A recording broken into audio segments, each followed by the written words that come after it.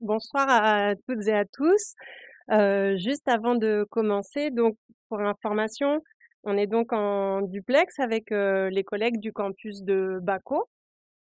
Et comme vous avez pu le voir aussi, on est filmé pour la chaîne Calédonia TV. Donc la conférence, elle sera ensuite rediffusée. Je crois que c'est prévu pour ce week-end. Et puis ensuite, comme vous le savez, ça c'est rediffusé régulièrement et ce sera podcasté. Donc il y a moyen de retrouver facilement la conférence plus tard.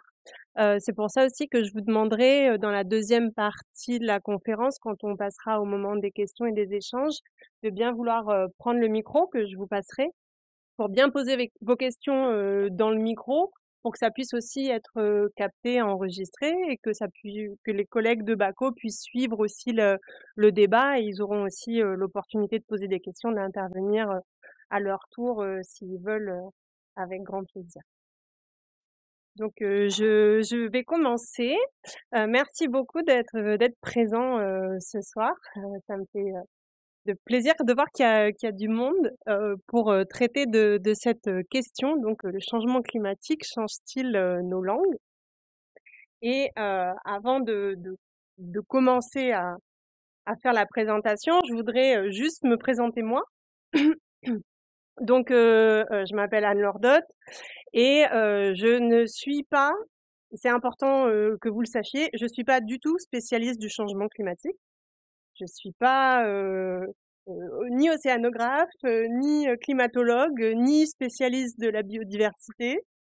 Je suis linguiste, donc je m'intéresse aux langues, au fonctionnement des langues, et ça fait plus d'une dizaine d'années que je travaille sur les langues océaniennes, que j'étudie leur fonctionnement, leur changement, et que je regarde en particulier le fonctionnement des langues kanak et voilà, des histoires de contact, de dynamisme de ces langues-là, donc dans une perspective diachronique et dans une perspective comparative.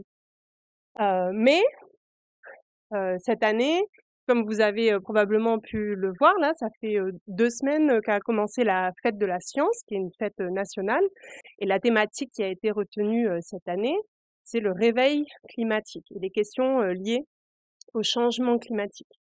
Et donc moi, en tant que linguiste, je me suis posé la question, comment est-ce que cette thématique-là, elle me concernait moi aussi, du point de vue de mon centre d'intérêt de recherche. Donc, j'ai été interpellée par cette thématique parce que il y a un lien avec les changements culturels et linguistiques. Ça va être le thème de ce soir. Et donc, j'ai essayé de construire cette présentation comme une réflexion autour du changement de façon générale et de comment est-ce que le changement impacte donc nos langues et nos pratiques culturelles et les questions de transmission. Et j'attends surtout beaucoup en fait aussi du moment d'échange qu'on pourra avoir par la suite. Je suis contente de voir que dans la salle, il y a des vrais scientifiques, des sciences inhumaines, des sciences dures, et donc j'attends beaucoup de pouvoir aussi échanger avec eux sur leur regard aussi sur ces questions-là. Et évidemment aussi les questions du grand public, parce que c'est des questions qui nous concernent toutes et tous. Cette présentation ce soir, elle s'inscrit aussi dans un contexte particulier au niveau international, puisque on est donc au début, au commencement là de la décennie qui a été décrétée par l'UNESCO, donc 10 ans pour faire quelque chose pour les langues autochtones. Donc la décennie internationale des langues autochtones, c'est 2022-2032. Et le lancement officiel de l'UNESCO va se faire là dans 3 semaines, à partir du 13 décembre. Donc c'est aussi s'inscrire dans cette réflexion globale, internationale, sur les langues autochtones, leur place, leur rôle dans nos sociétés et l'urgence de les préserver et d'agir aussi pour la conservation de ces langues-là. Alors, pour commencer, de quoi est-ce qu'on parle quand on parle de langue? Donc il y a des choses qui seront peut-être des rappels pour certains d'entre vous, mais pour beaucoup aussi, c'est vous éveiller peut-être à certaines questions qu'on se pose pas nécessairement quand on n'est pas linguiste et qu'on baigne pas dedans toute la journée. Donc aujourd'hui, sur la planète, on considère qu'il y a entre 6 et 7 000 langues qui sont parlées. 6-7 000 langues, c'est beaucoup. En général, on est capable d'en citer peut-être une petite dizaine, pas beaucoup plus. Et donc, il y a énormément de langues sur lesquelles on a individuellement aucune connaissance, aucun savoir. On sait même pas trop, à vrai dire, qu'est-ce qu'on parle où quand on regarde une carte du monde. Là, sur cette carte, vous voyez déjà que il y a des endroits où c'est tout blanc, c'est-à-dire qu'il y a des endroits où en fait il n'y a pas de gens, grosso modo. Ou alors il y a un point qui a ensuite un large spectre de répartition pour les locuteurs. Et puis on voit des zones où c'est beaucoup plus dense et beaucoup plus concentré. Et c'est ça, évidemment, moi, qui m'intéresse, c'est ces zones aussi de grosse concentration de langues différentes. Donc là, les couleurs de ces petits points-là, elles sont uniquement en fait pour regrouper par grands continents. Il n'y a aucun lien ni sur les familles linguistiques, ni sur les tailles de langues, ni sur le statut officiel ou non officiel des langues. C'est juste pour simplifier la représentation. Une autre représentation... Ah oui, je suis pas cartographe ni géographe non plus, mais il va y avoir beaucoup de cartes parce que c'est un outil qui est assez pratique là pour les questions qui vont nous intéresser ce soir. Une autre représentation, et la qualité de l'image est peut-être pas géniale, mais ici c'est une représentation un petit peu plus anamorphique, c'est-à-dire qu'on a ici des tailles de petits carrés là, pour les pays qui est proportionnel au nombre de langues par pays. Donc encore une fois, qu'est-ce qui nous intéresse là-dedans et qu'est-ce que j'aimerais bien que vous reteniez comme idée ou que ça vous interpelle aussi, c'est que par exemple, on nous voit bien sur la carte. En général, sur une carte du monde, souvent on ne voit pas trop la Calédonie, on nous oublie. Là, on a un joli petit carré orange. Et si on compare, vous voyez qu'on est à peu près de la même taille que le Mozambique. On est à peu près de la même taille que l'Italie, tout là-haut. On est à peu près la même taille que le Venezuela. Donc, aussi pour prendre conscience de cette grande richesse et de cette grande diversité qui nous entoure en Calédonie. Autre petite chose intéressante, c'est de voir nos voisins les plus proches, le Vanuatu. Vous voyez le gros carré rouge là pour le Vanuatu, l'Australie. Enfin, on voit que la région Pacifique, Asie du Sud-Est, si on compte l'Indonésie, c'est une langue de très grande diversité linguistique et on y reviendra ensuite. Et puis, si on regarde l'Europe, par exemple, et là, on voit que c'est tout petit. C'est assez morcelé, mais chaque petit carré est assez réduit. Donc, c'est des zones de faible diversité linguistique. C'est des grandes langues, entre guillemets. Beaucoup de locuteurs, beaucoup de pouvoir politique, mais très peu de diversité dans ces zones-là. Pour les cartes suivantes, je voulais vous montrer donc ce que j'ai pas dit aussi en introduction, c'est que ce que je vous présente ce soir, c'est pas un projet de recherche que moi j'ai mené en particulier, c'est pas des résultats de mes travaux, c'est des résultats de mes lectures et de mes recherches documentaires. D'accord ? Donc c'est une espèce d'état de l'art de la question que j'ai fait en me posant ces questions-là. Donc c'est pour ça que vous allez voir tout un tas de références, parce que c'est pas mes productions à moi, c'est ma sélection à moi et c'est ma lecture de ces informations. J'ai trouvé donc sur un article une étude que j'ai trouvée vraiment intéressante et donc je vais vous montrer la succession de cartes. Encore une fois, il y a beaucoup d'informations, mais c'est juste visuellement s'imprégner en fait de l'histoire de l'évolution du nombre de langues. Donc, Gary Simons, il a fait des estimations, en fait, à partir de documentation qu'on pouvait avoir sur la présence de langue et sur la présence de locuteurs de langue à partir des premiers explorateurs et des premières grandes phases de colonisation ou d'évangélisation dans le monde, où on a commencé à avoir les premières traces écrites et recensées de différentes langues. Et là, ce qu'on va essayer de voir, vous avez ici par rapport aux couleurs, la perte des langues. Alors, comment est-ce qu'il a fait ça? C'est-à-dire que il a regardé à 25 ans d'intervalle systématiquement quand est-ce qu'on avait l'estimation de dernier locuteur d'une langue. Donc, en 1795, l'estimation, c'était que la répartition était comme ça. Vous voyez que c'est très majoritairement vert foncé. Et puis, on commence à avoir des langues avec des très, très faibles taux de locuteurs pour ce qui est les États-Unis. Et un petit peu aussi en Europe, on voit l'Irlande et le Royaume-Uni aussi, donc les impacts sur l'irlandais. On passe, donc c'est pas à 25 ans, c'est 35 ans.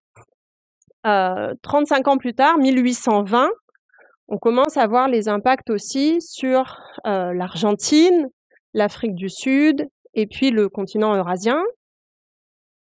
Et ainsi de suite, ça s'éclaircit progressivement. Ça s'éclaircit. Ça devient jaune en Australie. Donc à savoir, l'Australie, c'est souvent un exemple aussi qui est cité de génocide massif qu'il y a eu de population. Et donc, parallèlement aussi de génocide linguistique, on estime aujourd'hui qu'il y a à peu près la moitié des langues qui ont disparu en Australie depuis l'arrivée des Européens. Donc aujourd'hui, il reste à peu près 200 langues, mais on pense que avant l'arrivée des Européens, il y en avait le double, en fait. Et donc, plus on se rapproche de notre époque, plus on a des langues qui sont en train de perdre de leur vitalité, qui perdent des locuteurs, et donc une érosion linguistique importante, jusqu'à arriver à notre époque, où on a une situation qui est dramatique pour tout ce qui est le continent américain de façon assez globale. En Afrique, un certain nombre de pays, on pourrait dire, qui s'en sortent bien d'un point de vue linguistique. Et l'Australie, le Pacifique, qui aussi sont très touchés par la perte de diversité, et l'Europe de l'Est et l'Europe même de l'Ouest, on voit le Portugal, la France aussi qui sont impactés par cette perte de diversité. Donc cette séquence-là, elle permet aussi de visualiser la temporalité de ce qu'est la perte linguistique et de se rendre compte que c'est un problème global qui concerne la quasi-totalité des États du monde. Alors, là, c'est de la perte de l'obsolescence linguistique d'un point de vue socio-linguistique. On perd des locuteurs. Et donc, comment est-ce qu'on perd de la vitalité d'une langue? Soit on perd les gens meurent, comme ça a été le cas en Tasmanie, donc génocide, ou des maladies qui vont détruire la population. Une langue, elle meurt aussi parce que les gens l'abandonnent au profit d'une autre langue, généralement une langue dominante qui a plus de prestige, qui a plus de poids politique ou économique. Une langue, elle meurt jamais d'elle-même parce qu'elle n'est pas suffisante pour ses locuteurs. Elle disparaît parce qu'on arrête de la parler pour tout un tas de raisons, dont certaines que je viens d'évoquer. En revanche, si je refais le lien avec le titre de ma communication, on se pose la question de, mis à part la disparition de la langue, qu'est-ce qui fait aussi changer les langues? qu'est-ce qui va les faire se modifier dans leur fonctionnement, et j'ai retenu quelques critères. Les langues, elles changent à cause du temps ou grâce au temps. Hein, les langues, moi, je parle pas exactement comme parlait ma grand-mère en français. Il y a des modifications au niveau du vocabulaire, au niveau de l'accent, de la prononciation, au niveau des formes grammaticales. Donc le temps fait changer les langues. Le contact fait changer les langues. On emprunte des mots à nos voisins. On va emprunter des habitudes. Donc on va modifier, créer des mots. On va se déplacer. Et donc on va aussi modifier nos pratiques linguistiques par contact. Les décisions politiques modifient nos langues. Alors, on peut interdire à des gens des pratiques linguistiques, hein, c'est arrivé. On peut obliger les gens à des pratiques linguistiques, c'est aussi arrivé. Et puis, alors, petite anecdote assez incroyable, des décisions politiques peuvent aussi modifier le fonctionnement pur et simple des langues. Il y a l'exemple, par exemple, en Polynésie, qui avait été recensé au début de l'arrivée des Occidentaux aussi, que en fonction du nom du roi qui était au pouvoir, par respect pour ce roi, il y avait interdiction de prononcer les syllabes de son nom. Et donc on reformatait le lexique de la langue pour ne pas se retrouver pour ne pas avoir à prononcer des mots qui sonneraient comme le nom du roi. Donc par manipulation purement du prestige et du pouvoir des chefs politiques, ça peut impacter directement des langues. Et puis enfin, l'environnement va aussi faire changer les langues, et ça va être le cœur aussi de la présentation. Donc le changement, que ce soit pour les langues comme pour tout un tas d'autres domaines de la vie, c'est pas un problème en soi. Le changement, c'est quelque chose de plutôt positif même. Hein. Je vais parler de changement et pas d'évolution pour pas qu'on ait une impression de c'est mieux maintenant qu'avant ou quoi que ce soit. Mais donc le changement, c'est quelque chose qui rend les systèmes dynamiques. Donc c'est quelque chose de tout à fait normal et plutôt positif. Et on a montré le phénomène sur les cartes précédemment de disparition de la diversité. Ça aussi, c'est un phénomène qui a toujours existé. Il y a toujours eu des langues qui sont mortes, qui ont été abandonnées. Ce qui a changé, ce qui nous interpelle aujourd'hui, c'est l'accélération de cet abandon et de ce changement, exactement comme pour le changement climatique. Donc aujourd'hui, si on regarde de nouveau une carte, mais pour prendre conscience de ce changement radical et de l'impact de la disparition. Alors, vous voyez probablement rien du tout, mais c'est pas grave. Ce qu'il faut voir, c'est qu'il y a des petits points partout. Et donc là, c'est la carte de l'Atlas des langues en danger de l'UNESCO.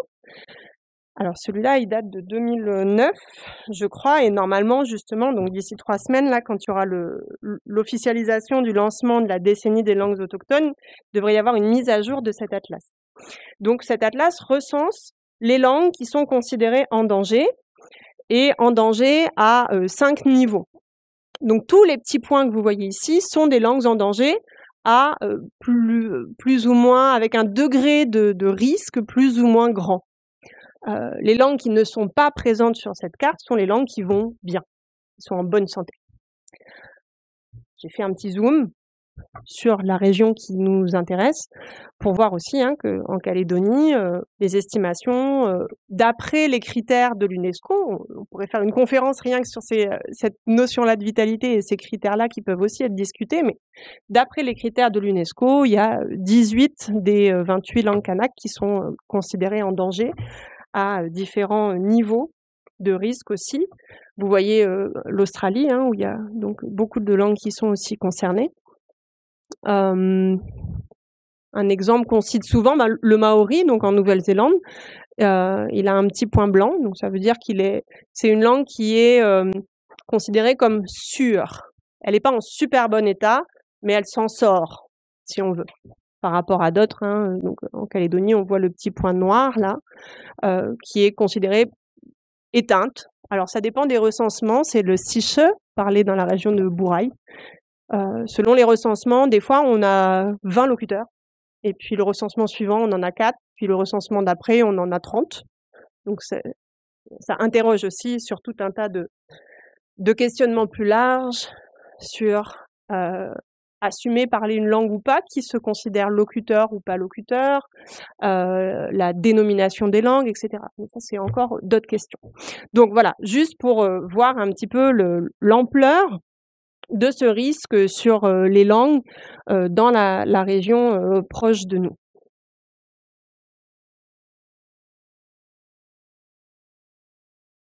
Cette autre carte encore, cette fois-ci, et ça, c'est des travaux très récents qui ont été publiés.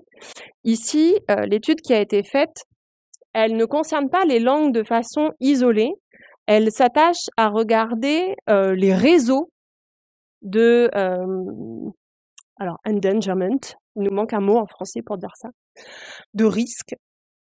Et donc, la conclusion de cette étude-là, c'est de dire que en fait, quand on a une langue en danger, la probabilité est très forte que les langues qui sont autour soient aussi en danger. À l'inverse, si une langue n'est pas considérée en danger, qu'elle va bien, la probabilité que les langues autour, les plus proches, ne soient pas en danger est très forte. Et comme ça, on a en fait des espèces de clusters, de zones de risque. C'est donc ces zones qui sont un petit peu orangées là, et donc de réseaux de risques sur la vitalité des langues, qui permet de voir des zones qui ressortent clairement, et donc la zone 8, 9 là, qui concerne ce qu'ils appellent la Mélanésie et la Papouasie. Donc 9 c'est pour Mélanésie, Micronésie je crois, et 8 pour la Papouasie Nouvelle-Guinée côté oriental. Voilà, donc on retrouve là ces clusters, et puis vous allez voir que ça va nous intéresser quand on va regarder la diversité biologique par la suite. Donc voilà, ça c'était la partie pour discuter un petit peu de la répartition des langues sur la planète, la répartition de la vitalité linguistique et du risque qui pèse sur ces langues. Et maintenant, je voudrais interroger le lien entre langue et milieu, entre les langues et leur environnement. Alors, on peut déceler des liens entre langue et environnement à plusieurs niveaux. Premier niveau, si on regarde juste le lexique, au niveau des mots, en général, c'est une des premières choses à laquelle on a accès. Alors, sans parler ici de l'environnement, mais plutôt des organisations sociales et des modes de vie, dans de nombreuses langues, les relations de parenté sont très spécifiques, ce qui est rendu dans le lexique. Donc là, c'est un exemple d'une langue de Papouasie-Nouvelle-Guinée, où on a par exemple un terme pour le père et tous les oncles paternels, donc tous les frères du père, c'est le même mot, c'est les papas. Un mot pour la mère et toutes les tantes maternelles, un mot spécifique pour ensuite les oncles maternels, donc les frères de la mère, et différents donc des frères du père, et un mot spécifique pour les sœurs du père, les tantes paternelles. S'il y a des locuteurs de langue kanak, ça vous étonne pas du tout, parce que c'est comme ça que ça fonctionne dans de nombreuses langues kanak aussi. Et donc, juste pour cette idée de relativité linguistique, on n'organise pas tous le monde de la même façon selon nos langues. Et donc, c'est la même chose. Le père et l'oncle du père, c'est la même relation sociale qu'on va avoir, et donc c'est le même mot. Un deuxième exemple, pour montrer cette granularité lexicale, donc cette finesse qu'on peut avoir dans les langues, ici clairement en lien avec le milieu. C'est des exemples en yai, qui est donc parlé à UVA, pour l'igname. En français, on dit igname, un mot.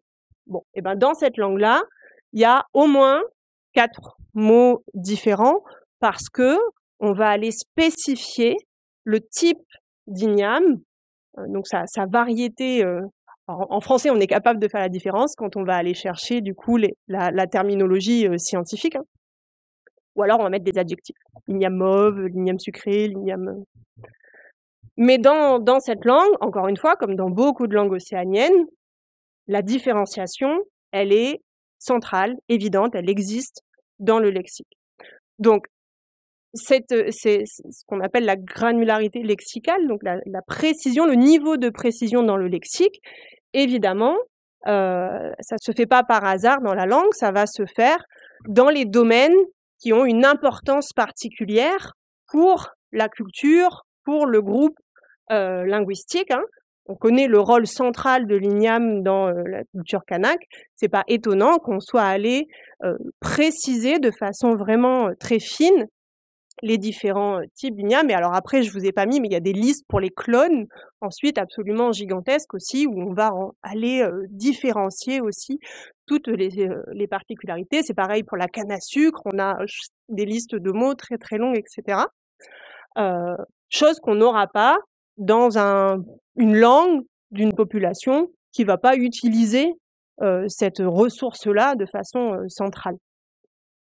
Vous avez peut-être entendu, parce que c'est un peu une légende urbaine, de l'exemple du mot neige pour les Inuits, hein, comme quoi il y aurait beaucoup de mots différents dans cette langue-là pour parler de la neige en fonction des qualités de neige, etc., de la couleur, du degré de comment c'est gelé, un peu fondu ou pas trop. Il y a un grand débat de linguistes, seulement entre linguistes, pour savoir si c'est vrai ou pas. Mais en tout cas, encore une fois, c'est évident que quelque chose qui est omniprésent tous les jours autour de nous, dans notre environnement ou dans notre mode de vie, eh bien, on va aller lui donner un haut degré de précision. Et à l'inverse, si c'est quelque chose qui n'est pas du tout important, ben, on va pas aller s'encombrer à aller préciser à ce point-là. Donc, premier lien entre langue et environnement ou ressources au niveau du lexique. On a cet exemple-là, il était joli aussi. Donc ça, c'est les différents noms pour les vents en hawaïen sur l'île de Oahu. Et donc, vous voyez en bleu, c'est les noms de vents en fonction de l'endroit d'où souffle le vent de façon très précise. On connaît l'importance du lien à la mer et à la navigation pour les peuples océaniens. Là, ça se retrouve dans la langue aussi. Il y a des très jolies choses, si ça vous intéresse, en hawaïen aussi, sur les noms de pluie. Il y aurait plus d'une centaine de différents noms pour la pluie en fonction de la taille de la goutte, de l'orientation parce que, oui, il pleut souvent à Hawaï, hein, sur ces grandes montagnes, etc. Donc, un besoin d'être très précis sur ces domaines-là. Un deuxième domaine des langues pour lesquels on va retrouver une précision qui va nous renseigner sur le lien entre les habitudes et le milieu. Cette fois-ci, on rentre un peu plus profondément dans la langue au niveau de la catégorisation grammaticale, donc au niveau du fonctionnement même de la grammaire de la langue. Ici, c'est des exemples en éléments. La langue qui est parlée dans la région de Poum, où on a, pour exprimer la possession, des classes de possession très spécifiques. Ici, c'est l'exemple qui concerne le poisson. Eh ben, je vais pas dire de la même façon mon poisson. J'ai besoin d'aller préciser de comment je l'ai attrapé. Donc, mon poisson que j'ai pêché à la ligne, donc c'est ce petit champouet qui va me renseigner sur, c'est le type de poisson qu'on attrape à la ligne. Champouya pour ce qu'on pêche au filet, chando pour ce qu'on pêche à la sagaille et chantourou pour ce qu'on pêche en plongeant. Et donc, c'est ces petits mots qui vont servir comme en français, on aurait un pronom possessif, c'est ces petits mots qui vont porter la marque de personne. Hein, donc ça, c'est première personne, deuxième personne, troisième personne et le pluriel. Mais donc, la langue a besoin de renseigner sur comment j'ai obtenu ce poisson. Ça fait partie de la grammaire même de la langue.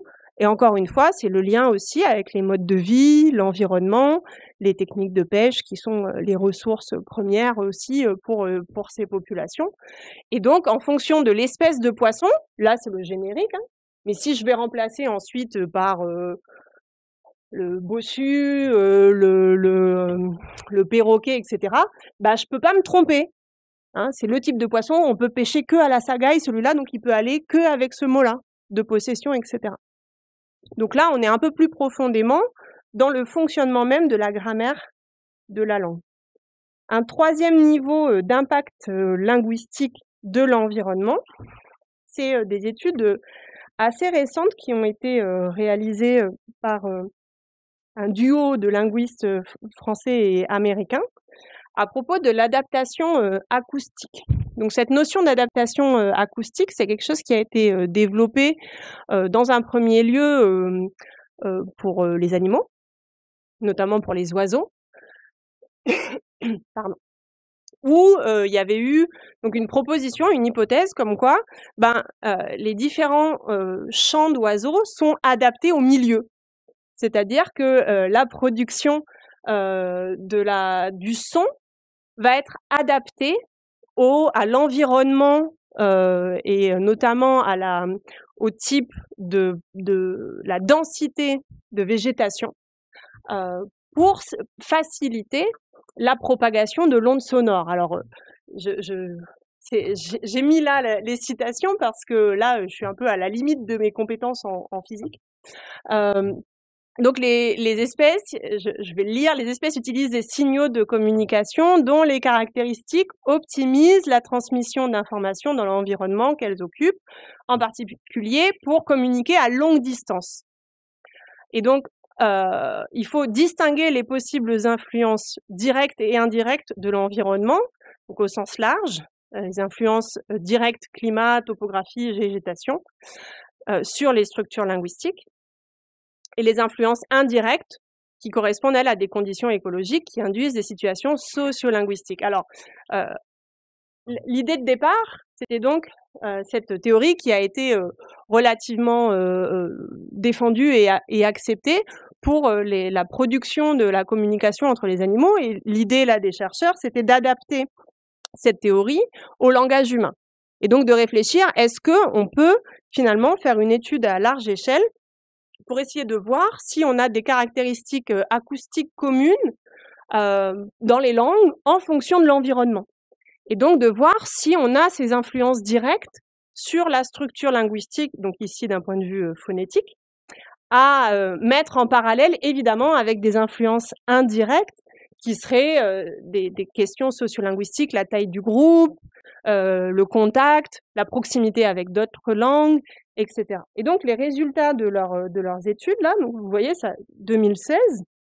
Donc c'est tout récent, donc c'est des choses qui sont encore en cours de test et puis ils étendent leur base de données de langue pour vérifier ça. Ce qu'ils ont réussi à montrer, c'est que, alors oui, on sait que l'onde sonore, elle va se propager de façon différente en fonction des qualités du milieu, donc en fonction des qualités de l'air en fait. En fonction de la température, de l'humidité, de l'altitude ou de la couverture végétale, l'onde sonore se propage pas de la même façon. Ok, ça va.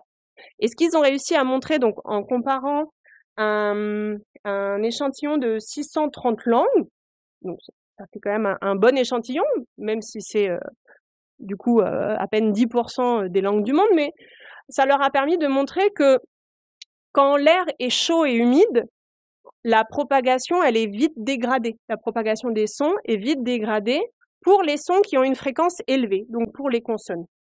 Donc ce que ça leur a permis de conclure, c'est que plus la température est élevée et la végétation est dense, moins on va avoir de langues avec un large éventail de consonnes. Plus il fait chaud et humide, plus dans la langue, on va avoir peu de consonnes, beaucoup de voyelles. Parce que les voyelles ont des fréquences plus basses. Et ça va aussi impacter la complexité des syllabes. Les syllabes vont être moins complexes, donc avec moins de séquences possibles de sons, quand on a une température élevée et une végétation dense. Donc ça, c'est quelque chose c'est assez nouveau comme recherche et comme conclusion sur l'impact ici purement technique, hein, même des choix alors inconscients qu'on fait en tant qu'être humain quand on spécifie, quand on développe des langues dans les groupes humains. qu'en fait, eh bien, il y a une cohérence avec le milieu dans lequel on est pour que la communication soit plus efficace d'un point de vue purement physique, hein, et de propagation de l'onde sonore. Donc, ils ont réussi à vérifier ça sur un grand nombre de langues. Il y a évidemment des exceptions. Et il y a, ça marche à une échelle globale. Ça n'a pas encore été vérifié à des échelles plus réduites, hein, parce que aussi il y a moins de variations au niveau du climat, hein, sur des échelles plus réduites. Voilà. Donc pour cette partie, l'idée, c'est de retenir que les langues, elles nous donnent des informations sur le mode de vie et sur le milieu de vie, dans leur contenu lexical, dans leur grammaire et même dans leurs propriétés purement acoustiques et phonétiques. Donc les langues nous parlent de l'environnement à partir du moment où on arrive à détecter tous ces indices-là.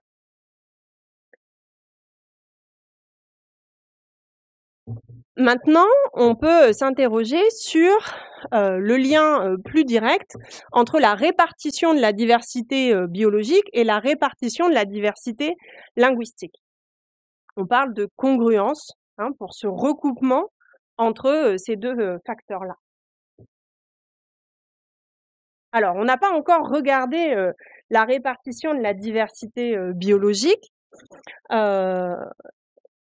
Là, vous avez une carte, alors très simplifiée, hein, mais donc qui illustre, plus c'est foncé, plus on a une forte diversité biologique, donc à la fois faune et flore qui est considérée. De cette répartition de la diversité biologique, on a extrait des zones de ce qu'on appelle des points chauds, là, les fameux hotspots de cette diversité biologique. C'est des zones où il y a une grande densité biologique et en même temps une forte menace qui pèse sur ces espaces-là. Donc il y en a 35 qui ont été identifiés. Ici, cette carte, elle met en avant en particulier les territoires français, puisque c'est une carte qui est faite par le ministère de la Transition écologique, mais qui permet donc de visualiser aussi ces zones de points chauds de la diversité biologique. En parallèle, on fait la même avec la diversité linguistique, encore une autre carte, hein, mais je vous en ai montré plusieurs au début qui illustraient à peu près cette même répartition. Et puis, on vient superposer ces deux cartes, diversité biologique en vert, diversité linguistique en rouge, et on voit que ça se recoupe. Et on dégage de nouveau 3 points chauds, 3 hotspots de diversité bioculturelle ou biolinguistique. Donc, Amérique centrale, Afrique de l'Ouest et Asie du Sud, Pacifique, évidemment. Hein, j'aurais bien aimé que le cercle, mais on est aussi en rouge foncé. Et donc, ces zones qui se recoupent, hein, entre le 45e parallèle et le tropique du Capricorne, en gros, où on a donc cette superposition, cette congruence entre diversité biologique et diversité linguistique. Alors, pourquoi ? Il y a plein d'explications qui sont avancées. Évidemment, un premier point, peut-être, en tout cas sur la diversité linguistique, c'est souvent des zones qui ont été colonisées plus tardivement et pour lesquelles il n'y a pas nécessairement eu de colonisation d'établissement, mais plus des colonisations d'exploitation de ressources. Il n'y a pas forcément eu, en tout cas dans un premier temps, l'installation massive de populations extérieures. Ça s'est fait dans un deuxième temps. C'est aussi des zones où on a une très forte diversité biologique et comme je l'ai dit tout à l'heure, les langues s'hyper-spécialisent en fonction de leur milieu. Et donc, si on a un milieu très différent d'une vallée à une autre ou d'une île à une autre, eh ben, les modes de vie vont s'hyper-spécialiser en fonction de ce milieu et se différencier aussi. Et puis, c'est aussi des zones sur lesquelles il y a eu, alors en tout cas pour la zone Pacifique, hein, on sait aussi que c'était des zones où il y avait énormément de contacts, contrairement à la première impression que les Européens ont eue quand ils sont arrivés dans le Pacifique, où ça leur a semblé gigantesque, avec des petites îles très éloignées, et où là là, chacun doit être très isolé dans son île. Aujourd'hui, on sait qu'en fait, non, elles étaient hyper connectées, et qu'il y avait tout le temps des échanges et tout le temps des contacts, et le contact est un facteur de diversification aussi, pas seulement d'homogénéisation, pour aussi se différencier du voisin. Sur ce recoupement-là entre diversité biologique et diversité linguistique, un petit parallèle qui m'a semblé intéressant, qui explique que dans les écosystèmes tropicaux, hein, donc cette zone-là à peu près qui était illustrée précédemment, ces écosystèmes, ils sont à la fois riches en nombre d'espèces et pauvres en nombre d'éléments. Il y a beaucoup d'espèces, mais pas beaucoup de représentants de ces espèces, contrairement à ceux des latitudes plus au nord. Peu importe que la population de l'une de ces espèces soit relativement réduite, c'est la variété qui compte. Elle est caractéristique d'un écosystème stable. Si on applique cette analogie biologique aux langues, alors on peut s'attendre à trouver un grand nombre de langues parlées par peu de locuteurs dans cette région tropicale. Donc des petites langues, je mets beaucoup de guillemets, hein, petites langues dans le sens de peu de locuteurs. Et encore une fois, cette idée aussi de diversité, de variété qui permet l'équilibre du système, du milieu.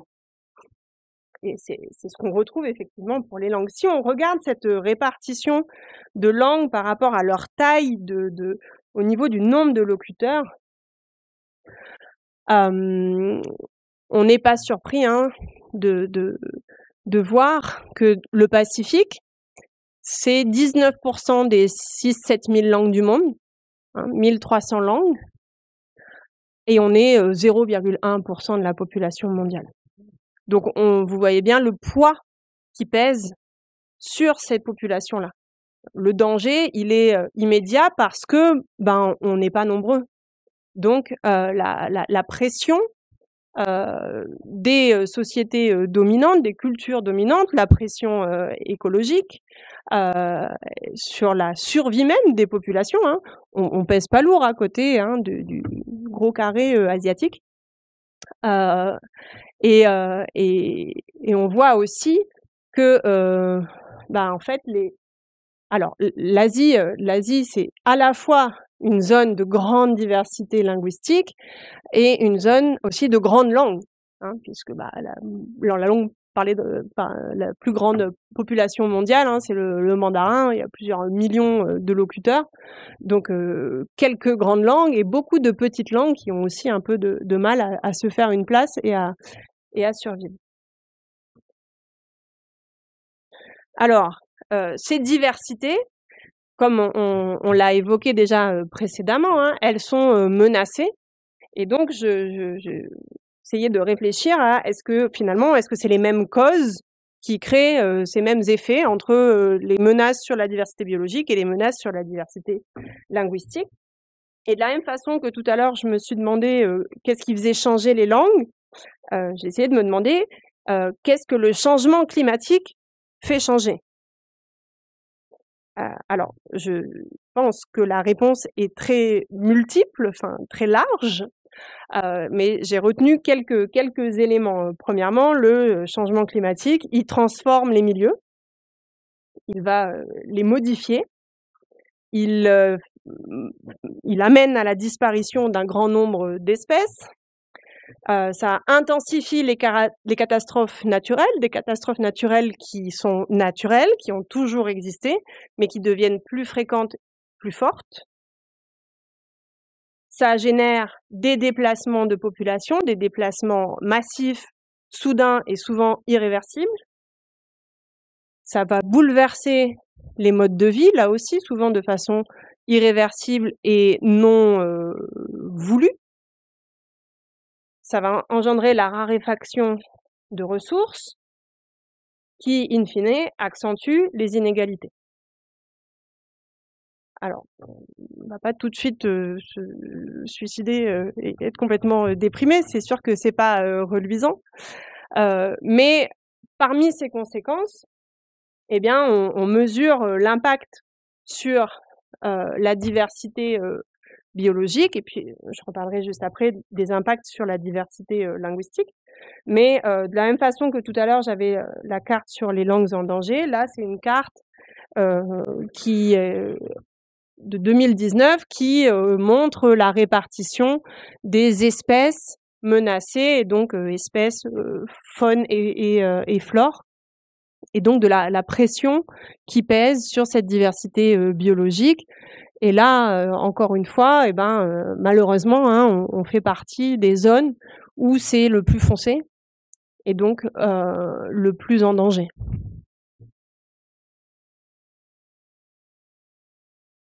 Donc j'ai pas de carte qui superpose les espèces menacées et les langues menacées, mais voilà, de mémoire, hein, on voit que c'est les mêmes zones, hein, des langues et des espèces qui sont directement impactées.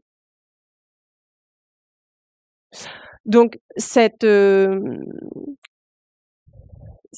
un cercle vicieux, forcément, puisqu'on a dit cette connexion entre la spécialisation de la langue avec son environnement et en même temps, du coup, les savoirs écologiques qu'apportent les langues et les traditions orales et les pratiques culturelles sur la gestion des ressources et des services qu'elles peuvent rendre à l'humain. On comprend bien que si l'un change, ça va faire changer l'autre et vice-versa. Donc si on reprend tous ces risques, toutes ces menaces, qu'est-ce que ça fait aux langues? Si on perd des espèces, on va perdre les mots qui servaient à désigner ces espèces et on va perdre cette hyper spécialisation qu'on a pu mentionner tout à l'heure, par exemple avec l'igname. On va aussi perdre l'hyper spécialisation dans le fonctionnement grammatical de la langue qui rendait compte de cette relation aussi à l'environnement. Et on sait que plus il y a des champs linguistiques qui sont hyper spécialisés par rapport à une langue dominante qui interviendrait, plus ce sont ces domaines-là de la langue hyper spécialisés qui vont être perdus en premier. Donc l'histoire tout à l'heure des différentes catégories de poissons en fonction de comment je les ai pêchés, c'est ça en premier qui va disparaître dans la langue. Parce que c'est très spécial, et donc c'est la première complexité qu'on va abandonner, qui est aussi la première richesse. Déplacement de population, mode de vie chamboulé, augmentation des inégalités, eh bien, il y a un risque pour que la transmission de la langue ancestrale ou la langue d'origine s'arrête. Le déplacement de population, souvent dans des zones urbaines, donc contact avec d'autres langues et avec d'autres langues politiquement davantage soutenues ou dominantes. Donc on a ce qu'on appelle une situation de diglossie, où on va avoir une hiérarchisation entre les langues et encore une fois, risque de rupture de la transmission et de renversement linguistique, donc l'abandon de la langue d'origine pour la langue dominante. Et s'il y avait une phase de bilinguisme, ce bilinguisme s'arrête au bout d'une génération pour ne laisser que la transmission de la langue dominante. Ça pose aussi des questions concernant les droits linguistiques et notamment sur ces mouvements de réfugiés climatiques dont on parle de plus en plus, et notamment dans le Pacifique.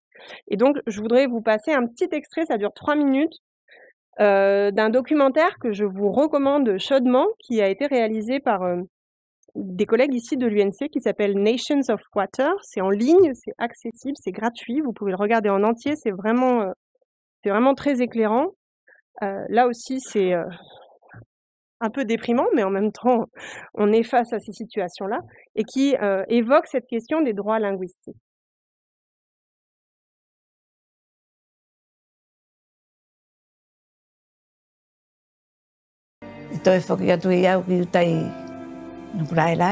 Je suis arrivée en Nouvelle-Zélande il y a à peu près 30 ans et ensuite je suis retournée à Tuvalu en 2019. J'ai vu que les choses avaient encore changé là-bas. Tellement de choses ont été abîmées par la mer. Mon souhait, pour ceux d'entre vous qui ont le pouvoir de faire changer les choses, s'il vous plaît, regardez mon peuple. Regardez-nous avec empathie, parce que nous n'avons nulle part où aller. Nous ne pouvons pas nous réfugier sur des terres plus hautes.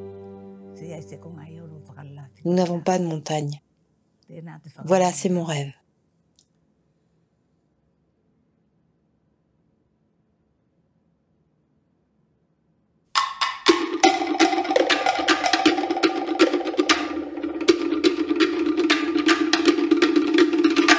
Famanatou Losefa est définitivement installée en Nouvelle-Zélande avec ses enfants. Son histoire est aussi celle du défi de vivre son identité, sa culture et ses références, c'est-à-dire de jouir de ses droits culturels lorsque l'on est éloigné de sa terre. Quand je suis arrivée chez mes enfants en Nouvelle-Zélande, j'avais des nattes en pandanus dans ma valise. Car dans la pure tradition tuvaluane, nous offrons ces nattes pour montrer notre amour à nos enfants. Je suis venue en Nouvelle-Zélande avec les traditions et les coutumes tuvaluanes, y compris celles de notre église. Aujourd'hui, je porte la tenue traditionnelle de Nuku'ulai, que nous appelons le Tao, faite avec des feuilles de pandanus aussi. À Nuku'ulai, les Tao sont les seuls à avoir des fleurs de tiare. Maintenant que je vis en Nouvelle-Zélande, beaucoup de Tuvaluans savent que j'ai beaucoup de petits-enfants. Et beaucoup les connaissent parce qu'ils perpétuent les traditions en dansant le fa'atele. Là où les gens les ont vraiment reconnus, c'est quand ils sont passés à la télévision néo-zélandaise. Ils s'appellent Maneanea Dance Group. It's so hard to think about how culture can survive past having no land to survive on.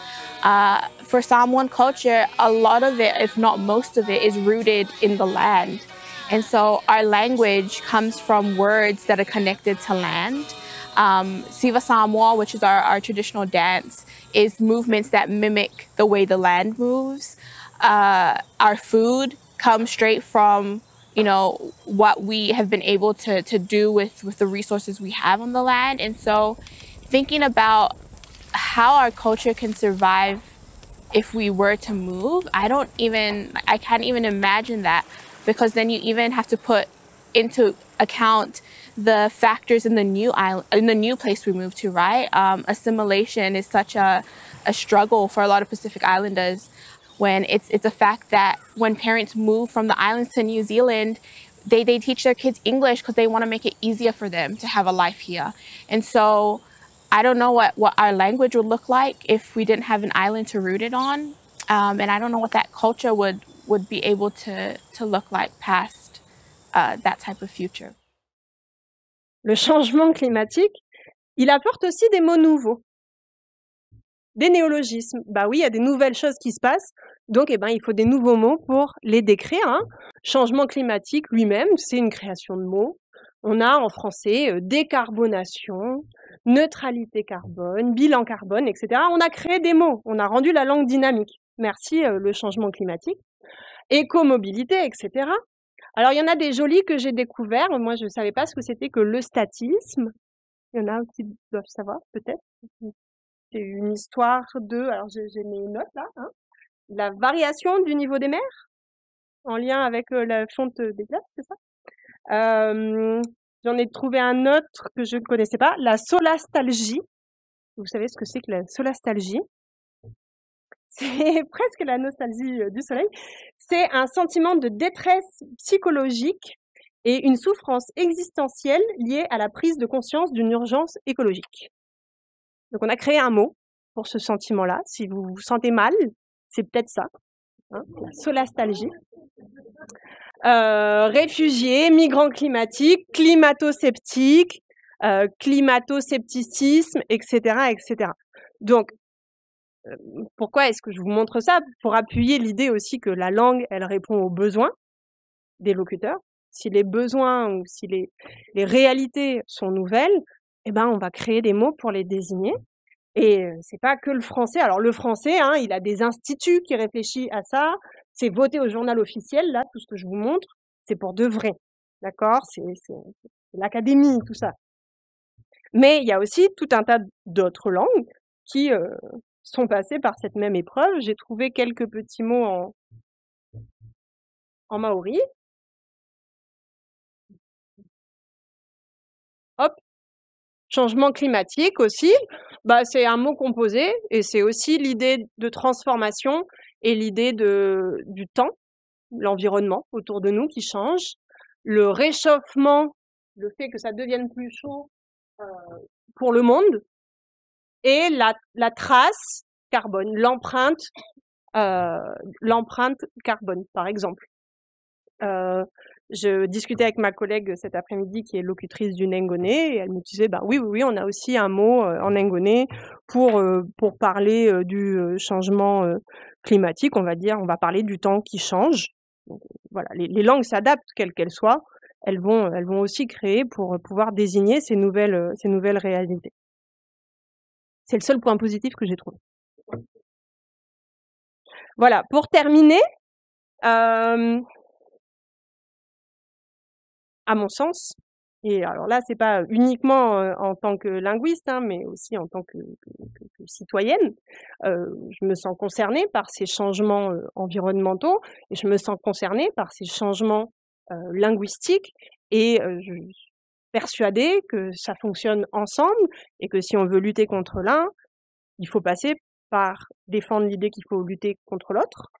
Et il n'y a que comme ça qu'on sera efficace. Donc, cette thématique de la fête de la science qui est invitée au réveil climatique, moi je voudrais inviter au réveil linguistique, hein, et inviter aussi au fait que ça nous concerne tous et toutes. Moi je suis pas locutrice de langue autochtone, je suis pas locutrice de langue kanak, mais je pense que j'ai aussi mon rôle à jouer.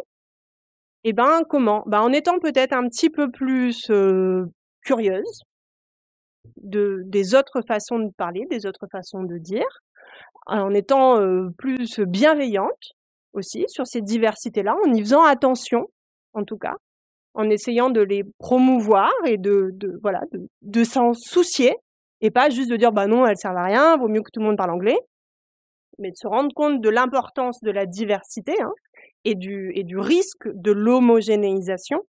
C'est pas terrible quand tout le monde est pareil, et ça donne pas des très beaux résultats au niveau génétique et au niveau culturel. Il faut de la diversité pour qu'il y ait de la vie. Et donc, si on n'est pas soi-même détenteur de cette diversité, je pense qu'on peut être en tout cas promoteur de cette diversité, ou en tout cas essayer d'y faire attention. Éveiller au plurilinguisme, j'aurais dû mettre un S même. Pourquoi pas commencer à apprendre des petits mots, à retenir des expressions de langue d'ici, de langue d'ailleurs, juste inclure dans son quotidien de la diversité culturelle et linguistique. C'est comme trier ses déchets, c'est pas nous qu'allons sauver la planète en faisant juste ça, mais si tout le monde le fait un petit peu, ça va peut-être changer quand même un petit quelque chose. Et promouvoir des démarches locales, adaptées, plutôt que des grandes démarches avec une visée internationale et globale qui sont rarement adaptées aux réalités du terrain, que ce soit pour la protection de l'environnement et la protection des langues et cultures. Éclairer dans le sens, voilà, ce qu'on est en train de faire là, d'essayer de comprendre comment ça fonctionne, de se poser des questions. Et collaborative, c'est-à-dire ensemble, mais ensemble aussi entre disciplines scientifiques. Et je pense que cette intertransdisciplinarité permet de mieux comprendre les phénomènes, pas en regardant que sa discipline et les impacts qui nous concernent que nous, mais les impacts plus globaux. On parle beaucoup du changement climatique, de la menace sur les espèces de la faune et de la flore, à juste titre.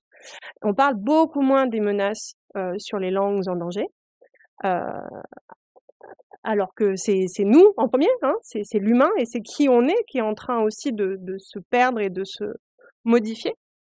Donc je pense que c'est important de sensibiliser à ces questions-là et d'essayer de les embrasser ensemble en même temps pour trouver des solutions plus pérennes et peut-être plus adaptées. Voilà, j'ai terminé. Merci beaucoup.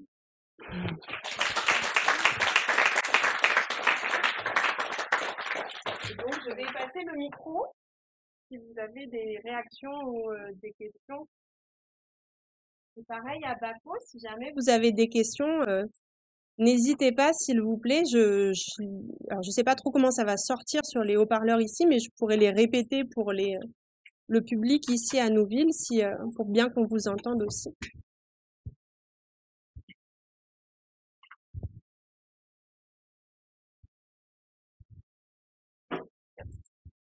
Je vais bien commencer. Tout d'abord, une réaction. Tu as parlé de vraies sciences en l'associant aux sciences dures et naturalistes, voire inhumaines et asociales. Donc, je suis tout à fait, je suis tout à fait contre cette perspective. Hein. Les sciences humaines et sociales et inhumaines et asociales sont à même niveau. Sinon, ben, merci hein, pour cet exposé vraiment super intéressant pour quelqu'un d'inhumain et asocial aussi. Un petit, peut-être un semblant de réponse à ce que tu disais à la fin.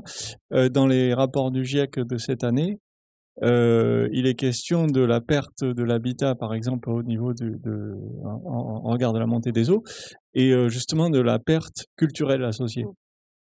Et alors, je ne sais pas si ça va jusqu'à la perte linguistique, mais c'est vraiment un sujet très important du GIEC, des préoccupations. Et sinon, j'avais une question de naturaliste, donc. Y a-t-il dans la linguistique des conservatoires des langues de la même manière qu'on peut avoir un herbier, des conservations d'espèces, des langues, hormis le dictionnaire. On a des corpus oraux. Ce serait à peu près l'équivalent, je pense. Donc, il y en a plusieurs. C'est aujourd'hui qui sont numériques, hein, des plateformes des archives orales, des enregistrements globalement, généralement des linguistes ou des anthropologues qui font des dépôts de leurs ressources. Donc c'est souvent associé à des centres de recherche. Il y en a un que je peux mentionner en particulier, qui s'appelle Paradisec, qui est alors basé, il est sur Internet, mais l'équipe qui travaille dessus est à l'université de Melbourne.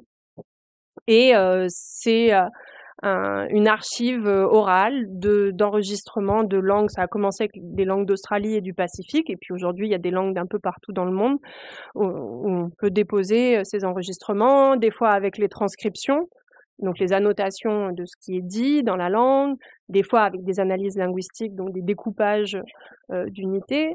Et puis après, il y a différents degrés de mise à disposition. Soit c'est ouvert à tout le monde, soit il y a quand même une demande d'accès limité que pour des chercheurs ou que pour la communauté en fonction du contenu de certains textes. Ici, en Calédonie, il y a eu un gros travail de la part du département du Centre culturel Tchibaou et de la DCK, hein, de collecte de patrimoine oral aussi. Donc pareil, c'est public, mais c'est très contrôlé au niveau de qui peut y accéder en fonction du type de récit, notamment quand ça touche à des récits sur du droit foncier ou sur des récits généalogiques. Mais pour les chercheurs, c'est globalement accessible, ou pour les gens des communautés. Donc oui, il y a, on n'appelle pas ça des conservatoires, on appelle ça des archives orales. Sur les langues de Calédonie, il y a aussi un site qui s'appelle Cocoon, qui recense les enregistrements des chercheurs d'un laboratoire à Paris qui s'appelle le Lacito. Il y a eu beaucoup d'enregistrements sur les langues kanak, par exemple. Donc il y en a un petit peu. Il y a beaucoup de langues sur lesquelles il y a rien. Il y a beaucoup de langues sur lesquelles il y a des vieilles cassettes en train de moisir dans les placards des descendants, des chercheurs, des fois. Et des fois, on sait même plus trop c'est quelle langue qui est enregistrée. Et ça, c'est ce que les collègues de Melbourne font aussi. Ils font de la rénovation des cassettes, des disquettes. Pendant des années, toutes ces langues ont été enregistrées. Et aujourd'hui, on n'a plus les outils pour lire les ressources qui ont été enregistrées. Donc, il y a un enjeu aussi de numérisation qui est très important là-dessus. C'est pas, alors, je pense pas que c'est simple, hein, mais c'est pas aussi simple que de conserver la feuille entre deux, dans un joli cahier. Mais bon, il faut aussi des conditions de conservation très spécifiques. Mais voilà, il y a les questions de droit sont compliquées, de mise à disposition, et les questions de support, d'être capable de continuer à lire ces supports. Bon. Merci. Devant, derrière.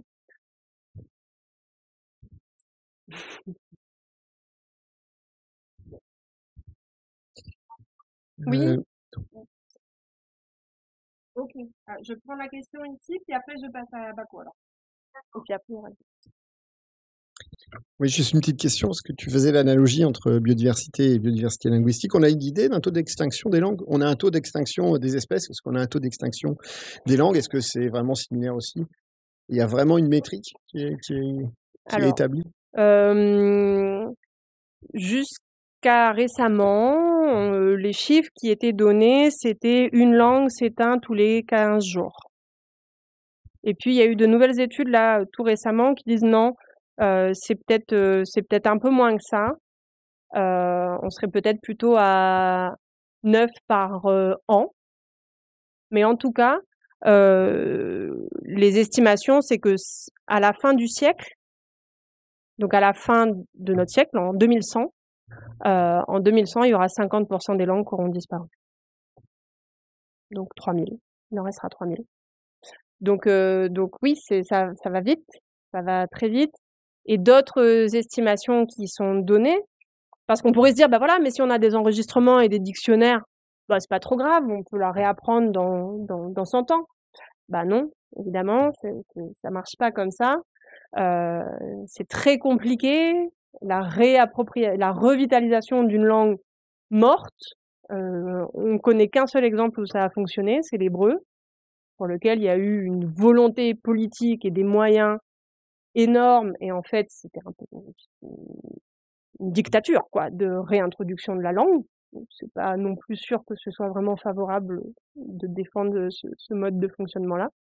Et ce que certains spécialistes disent aussi, c'est qu'il suffit d'une génération pour perdre une langue, et c'est minimum 3 pour revitaliser, pour réintroduire. Donc dans la durée, ça se perd très vite, et c'est vraiment presque irréversible, quoi. Alors, Bako.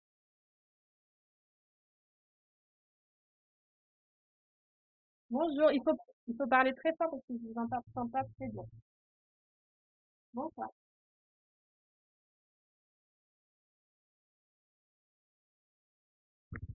Ça met en corrélation entre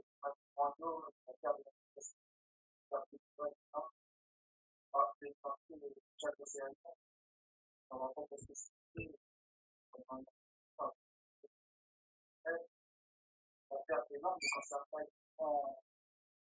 de façon entière,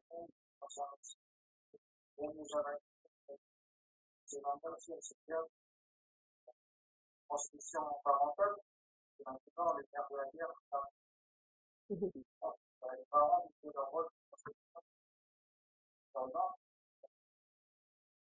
normalement, ils perdent la langue, parce que là, parce que dans le reste, ça reste, c'est réadapté, parfois c'est fait aussi la traduction des langues, je pense qu'on pense à c'est-à-dire, je pense que certains canons ont transféré une pensée pédagogique, on dit que c'est littéraire, on dit dans le canal,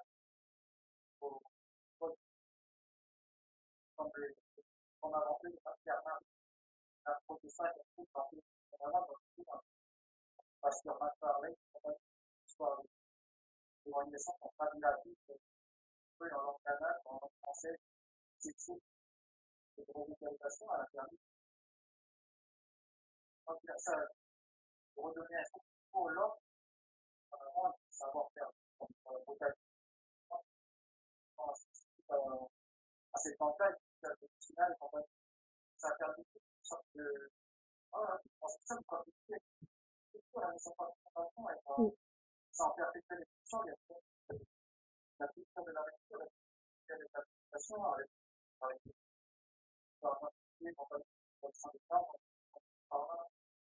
je pense que c'est quelque chose qui s'envoie aussi en construction des langues.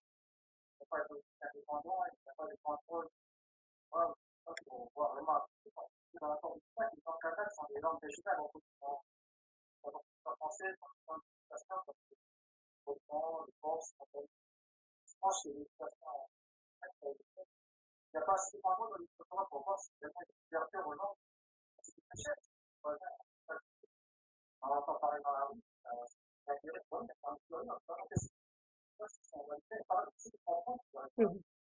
ça peut avoir notre propre intérêt de s'émerger par la société pour être en façon souhaitez-le, vraiment s'inspirer de la vérité à la société.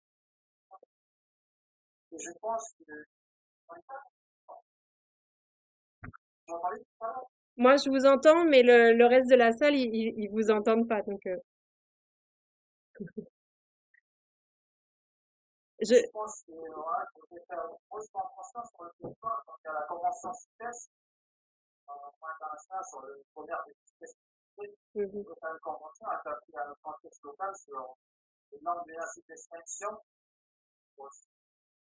Je pourrais le remettre au bout du jour. Comme un cas, c'est un idéal en fonction des nécessités dans la façon l'endroit où vous pouvez assister appartient à la partie des taux. On parle de l'école, de la vie, je pense que c'est un rôle avec ça, c'est promouvoir le bien dans l'extérieur en option. En langue d'option, quand les latins, comme les latins à l'époque, par les options, à l'époque. C'est pareil, je pense qu'on fait que tu joues ce rôle-là parce qu'on fait avec la mondialisation, les commercialisations, les addictions aux écrans, oui. Je vais juste essayer de résumer pour le public qui est ici à Nouville votre intervention. Merci beaucoup et je suis tout à fait. Par exemple, si on appelle notre code l'entité quand elle disparaît, on n'a pas de l'intérêt pour aucun travail avec la représentativité. D'aller trouver les options, les personnes de cours, comme on fait des statistiques, des championnats, en fait. Là, je vais les faire, c'est quelque chose au cœur de. Oui.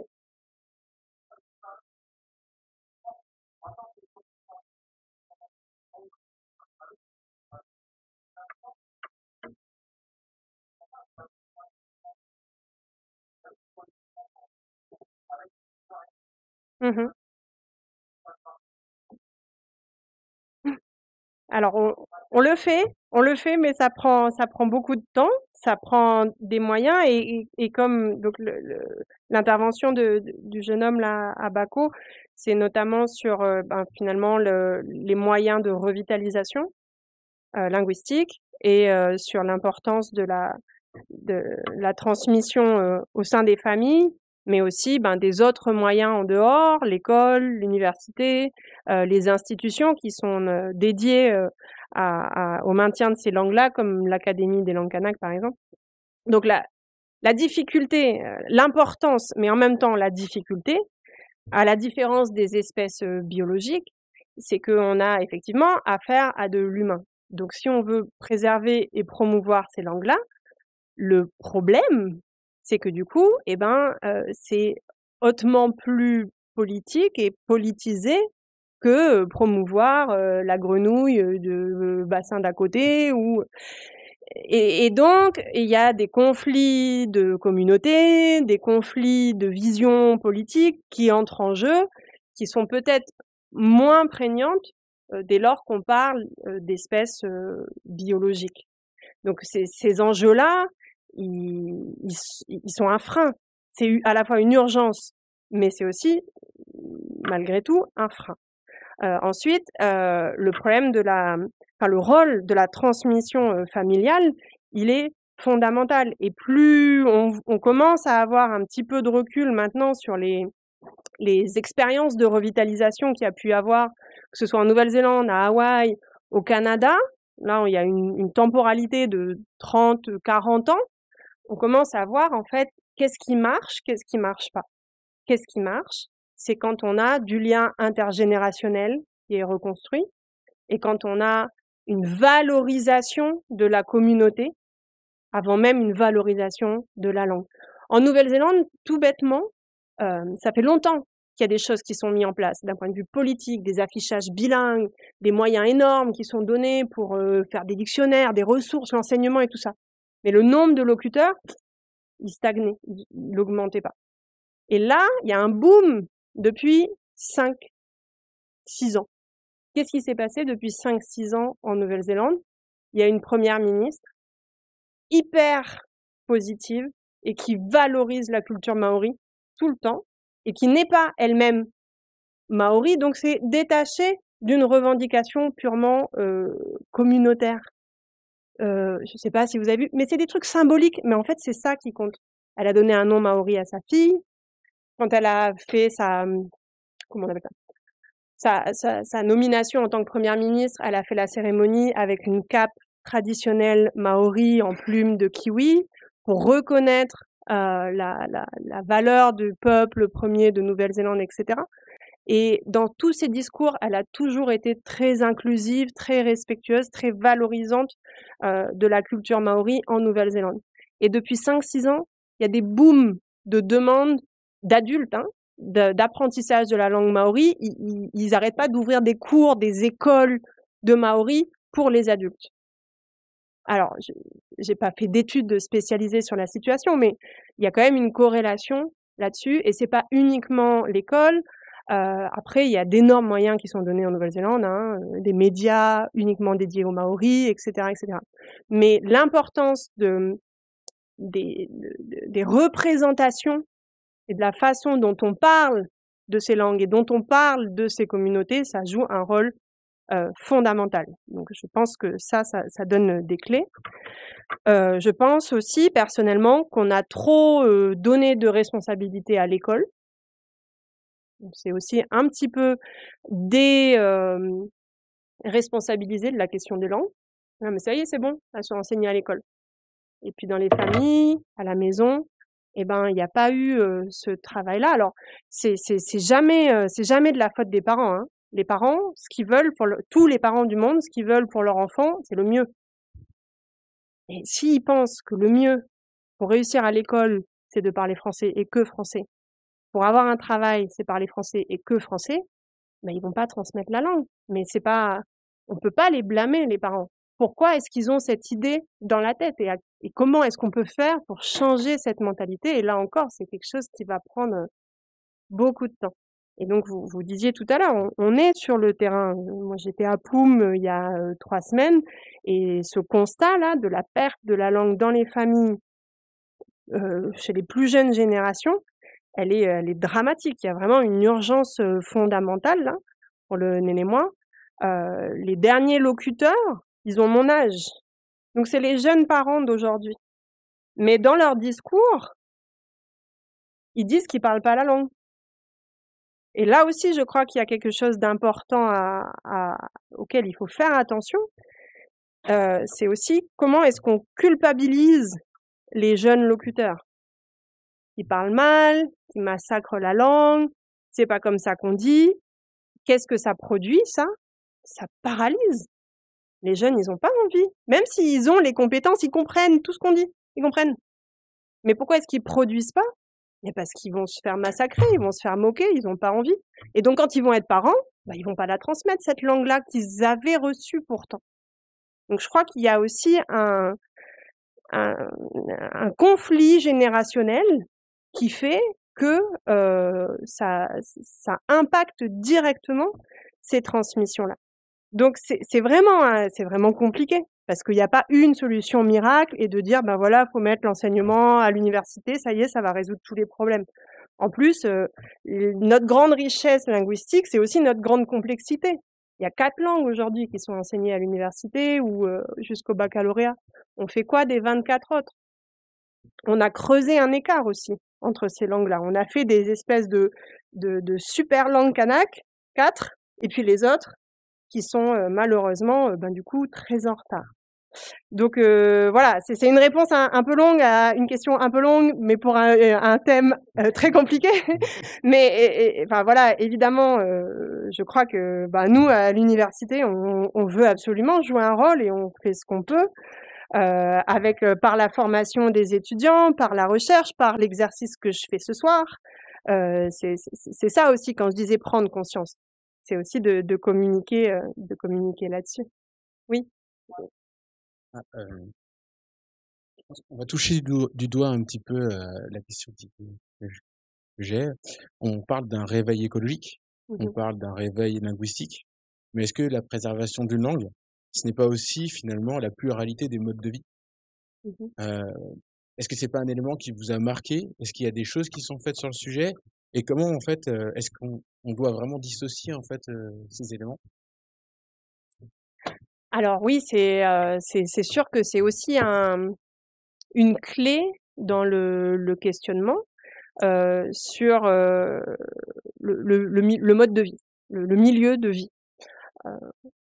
On sait que les migrations urbaines, ça impacte forcément la transmission et de façon plutôt négative.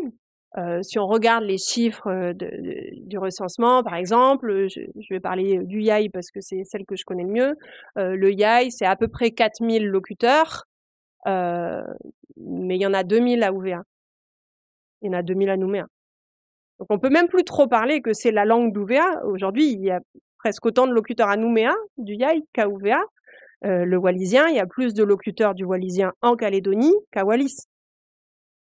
Donc d'ailleurs, dans ces questions de revitalisation, est-ce qu'on se concentre qu'à nos langues kanak autochtones d'ici, ou on prend en compte aussi les autres langues de Nouvelle-Calédonie, qui peuvent aussi être menacées, et où l'enjeu, il est local? Parce que est-ce que c'est utile d'aller revitaliser le wallisien à Wallis, alors que les 3/4 des locuteurs sont en Calédonie? C'est peut-être ici qu'il faut agir. Donc oui, le milieu, il est important. Et donc l'urbanisation, pendant longtemps, ça a été décrit comme glottophage. La ville est glottophage. On arrive en ville, on abandonne la langue, on veut faire comme tout le monde, on s'homogénéise, on abandonne ceux de là où on vient. Ce qui est intéressant, c'est qu'il y a eu des études un peu contradictoires, et si ça vous intéresse, je vous conseille, il s'appelle Salikoko Mufwene. Je crois que c'est de l'université de Chicago. Et donc lui, il a travaillé notamment en Afrique du Sud, et il a constaté qu'en fait, la ville, c'était pas uniquement un lieu d'uniformisation, c'est aussi un lieu de grande diversité. Et des fois, on le voit aussi à Nouméa, les gens finalement, ils se regroupent d'où ils viennent. Et ça devient des mini noyaux. Dans le quartier, il y a les gens de Lifou, ils vont parler le djehou de Nouméa, le Lifou le djehou des quartiers entre eux. Puis c'est en train de faire une espèce de variété un petit peu différente du djehou parlé à Lifou. Et en fait, on peut aussi avoir une lecture différente de la ville en la considérant comme un bassin de diversité. Donc c'est pas seul, c'est encore, voilà, c'est comme d'hab, c'est plus compliqué que ça. C'est pas juste que ça éradique la diversité, ça peut aussi en générer une nouvelle. Voilà. Est-ce qu'il y a d'autres questions? Ici ou à Bako ou...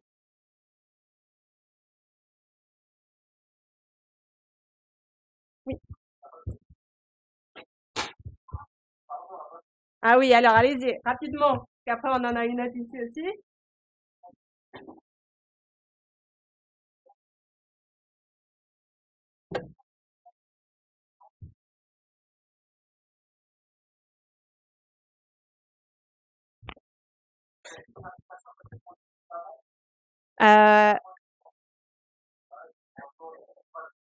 Oui.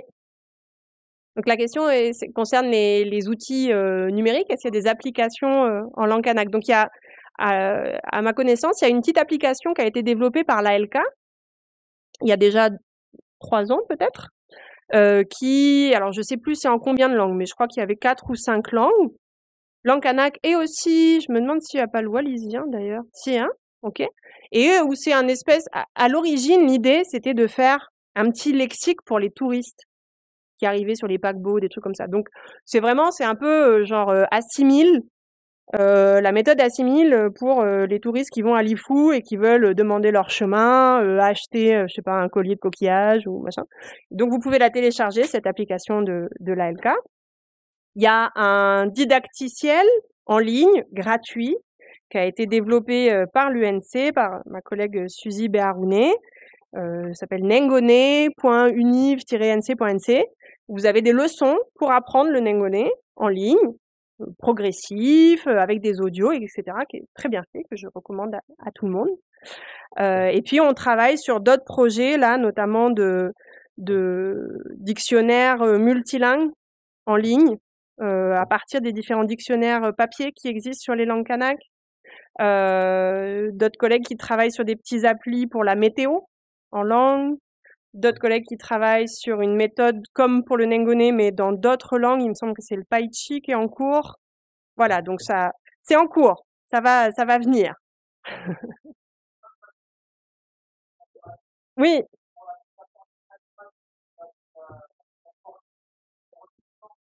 Ok. Naturaliste. Oui. Ah oui, oui.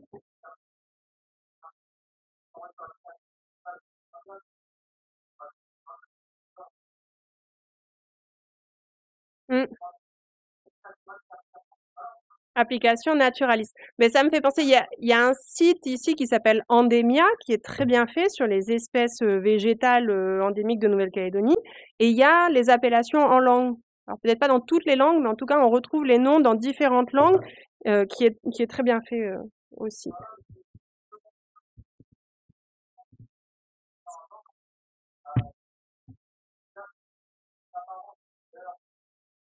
Oui.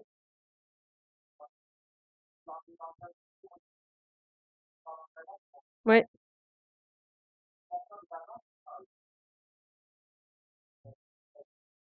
Voilà.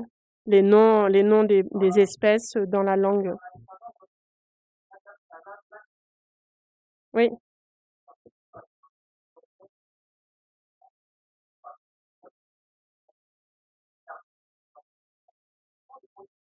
Bah oui, oui, oui. Oui, oui, les savoirs écologiques.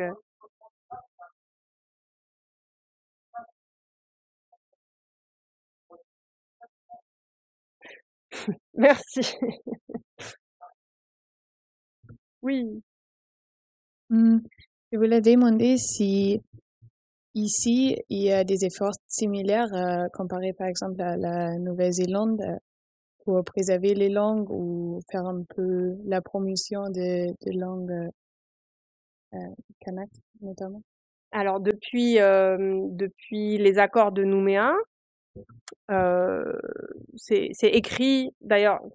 L'existence de notre licence ici langue et culture océanienne, le fruit de l'accord de Nouméa, donc de 1999, qui dans le texte c'est écrit que les langues kanak sont aux côtés du français langue d'enseignement et de culture. Et donc ce texte charge l'université de développer une recherche académique sur ces langues et une formation dans 4 des 28 langues kanak. Donc c'est les 4 mêmes langues que celles qu'on peut passer au bac en option au lycée. Donc ça c'est depuis 1992. Donc c'est 2 langues des îles, le djeru et le nengone, et 2 langues de la Grande Terre, le paichi et l'anjeu.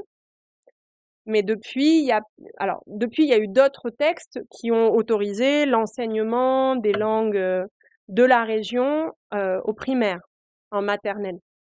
Donc, si on est à UVA, à l'école maternelle, les parents peuvent demander à ce que leurs enfants aient 5 heures ou 7 heures hebdomadaires dans la langue de l'île.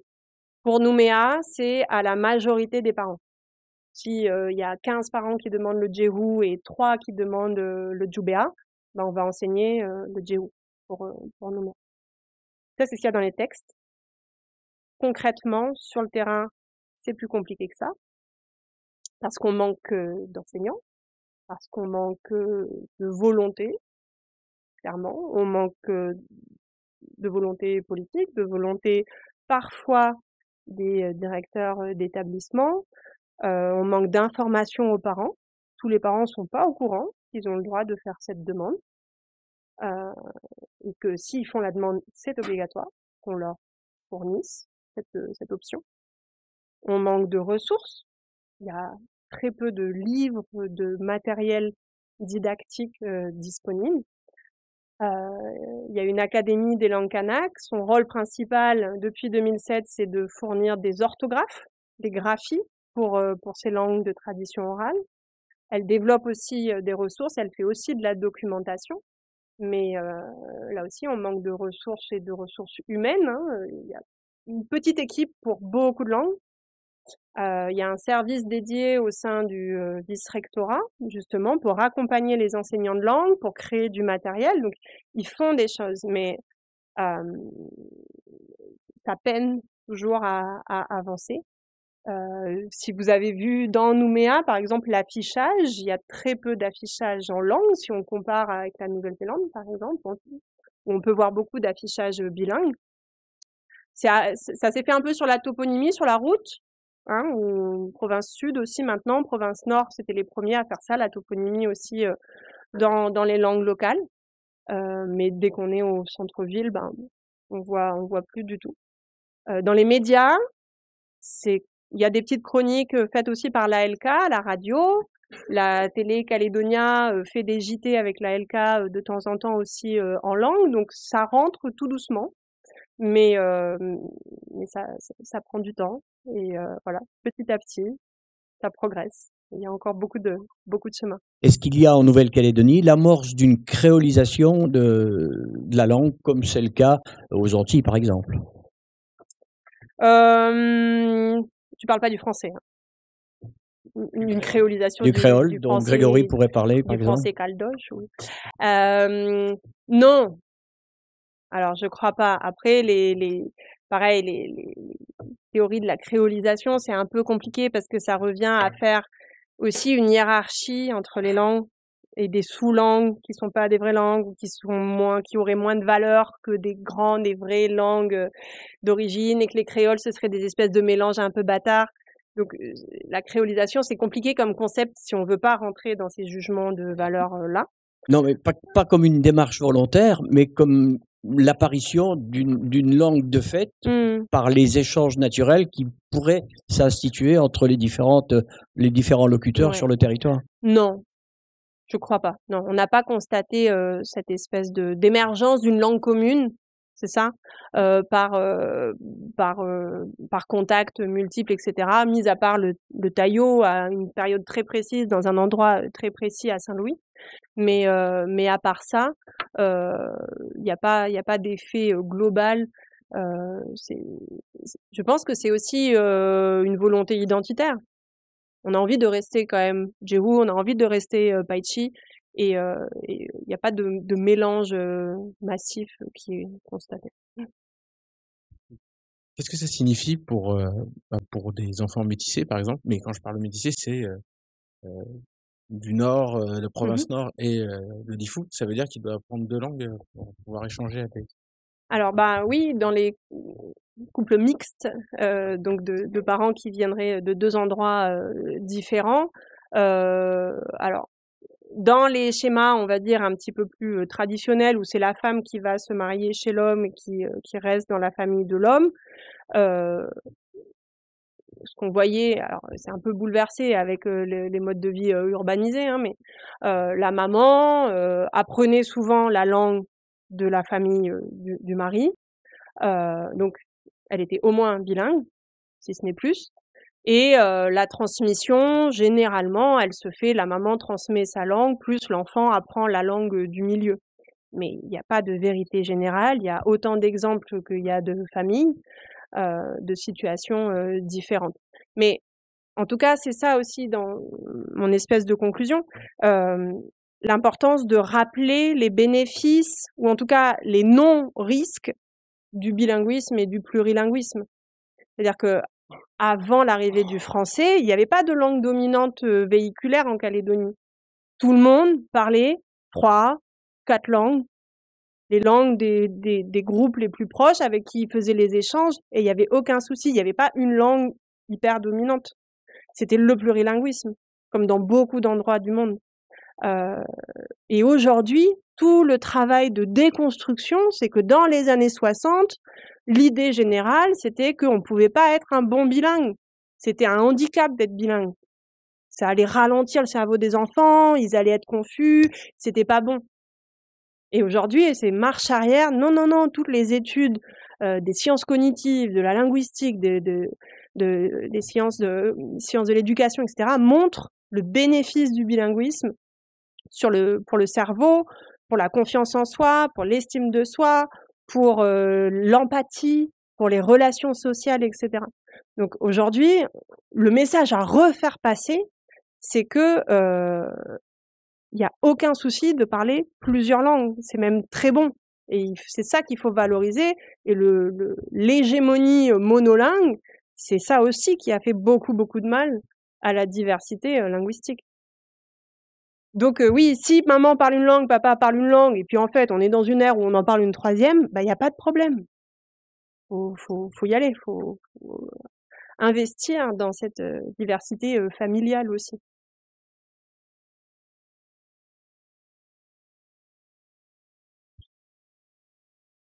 Ben, je vous remercie beaucoup. Ah, il y a une dernière question, pardon. Oui. Alors, tout à l'heure, tu as parlé de la Nouvelle-Zélande. Et en Nouvelle-Zélande, la seule langue autochtone, c'est le maori. Oui, oui. Donc, ça facilite peut-être ce que disait la dame tout à l'heure au niveau de l'éducation, au niveau des panneaux. Oui, c'est alors peut-être plus facile qu'il y en ait une que 28. En tout cas, c'est plus économique. C'est sûr. Non, mais j'ai du mal, je fais très attention parce que je ne voudrais pas passer l'idée que la diversité, c'est un problème. Économiquement, oui, c'est plus facile s'il n'y a qu'une seule langue. S'il faut faire du matériel que dans une seule langue, il faut former des gens que dans une seule langue, il faut faire une chaîne de télé que dans une seule langue. Facile. Mais en même temps, enfin, qui peut le moins peut le plus, et il faut moi personnellement, hein, mais on peut avoir différents arguments. Moi, je serais contre l'idée de dire bon, bah en Calédonie, c'est le djehou qui est la plus parlée, on n'a qu'à mettre le djehou, puis c'est bon. Au moins, on en sauve une, puis tant pis pour les autres. Je crois pas que les autres, les non-djehou, ils vont être très contents. Et quelle perte, quoi, de tous ces autres savoirs. Donc le maori, oui, de ce qu'on sait, à l'arrivée des Européens, il y avait différentes variétés quand même entre l'île du Nord, l'île du Sud et les différentes régions. Ils avaient leurs petites spécificités, mais ça restait la même langue avec intercompréhension commune. La Nouvelle-Zélande, c'est aussi c'est la dernière île du Pacifique à avoir été habitée, hein. Donc c'est la plus jeune des langues au final.